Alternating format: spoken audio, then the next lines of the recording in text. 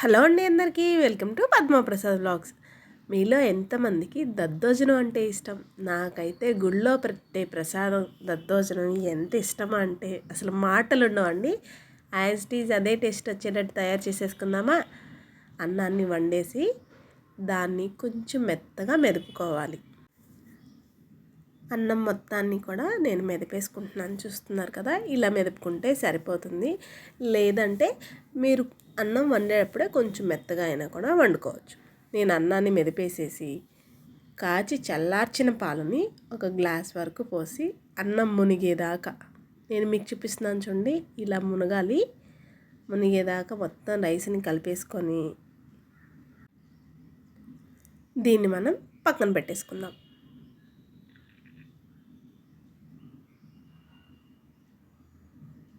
కొంతసేపు అయ్యాక చిక్కటి పెరుగు, ఎంత చిక్కగా అంటే గడ్డ పెరుగు అయితే కమ్మగా ఉంటుంది.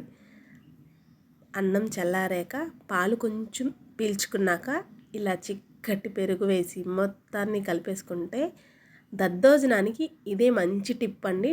ఇదే మంచి టేస్ట్ కూడా ఇస్తుంది. పాలు పోయాలి ఖచ్చితంగా. తర్వాత కొంచెం రైస్ చల్లారాక పెరుగు వేసుకుంటే చాలా బాగుంటుంది. చాలామంది అనుకుంటారు పాలు వేసి పెరుగు వేస్తే విరిగిపోతుందని. అలా అసలు ఏమీ విరగదండి. నేను మీకు చూపిస్తున్నాను చూసారా, కమ్మగా చిక్కగా భలే ఉంటుంది. అసలు గుడిలో టేస్ట్ రావాలంటే ఈ టిప్పే పాటించాలి. రుచికి సరిపడ ఉప్పు వేసి మొత్తం కలిపేసుకొని మనం తాలింపు పెట్టుకునేసరికి రైస్లో పాలు పెరుగు పీల్చేసుకొని చిక్కగా అయిపోతుంది. ఇప్పుడు దీన్ని మనం పక్కన పెట్టేసుకుందాం. తాలింపు రెడీ చేసేసుకుందాం.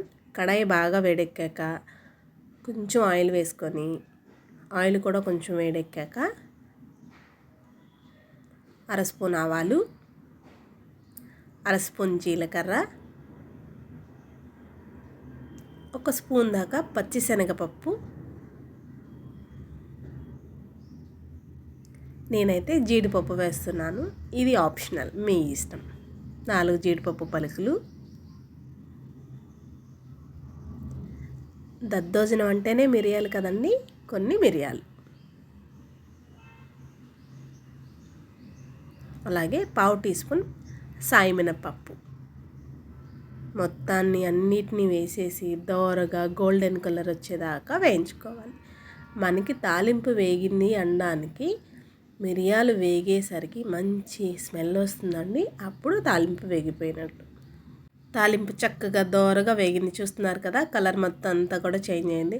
ఇప్పుడు దీంట్లో పచ్చిమిర్చి, ఎండుమిర్చి, కరివేపాకు, ఇంగువ వేసి ఇంకొకసేపు వేయించుకుందాం.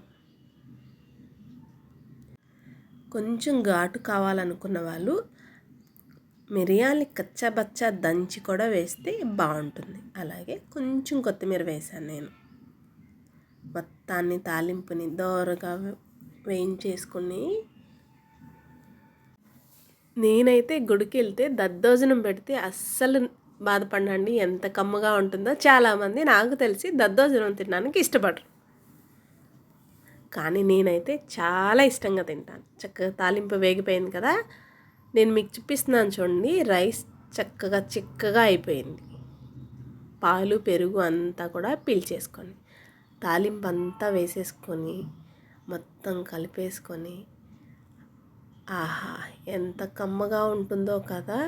ఈ కమ్మని దద్దోజనం కడుపుకి నిజంగా చలవ చేస్తుంది, నోటికి చాలా బాగుంటుంది. మంచి హెల్దీ రెసిపీ కూడా. నచ్చిందండి మీకు ఈ వీడియో? అయితే లైక్ చేయండి, మన ఛానల్ని సబ్స్క్రైబ్ చేసుకోండి. అలాగే మీరు కూడా ట్రై చేసి ఎలా వచ్చిందో నాకు కామెంట్ చేయండి. మీకేం వంట కావాలనేది కూడా నాతో తెలియజేయండి.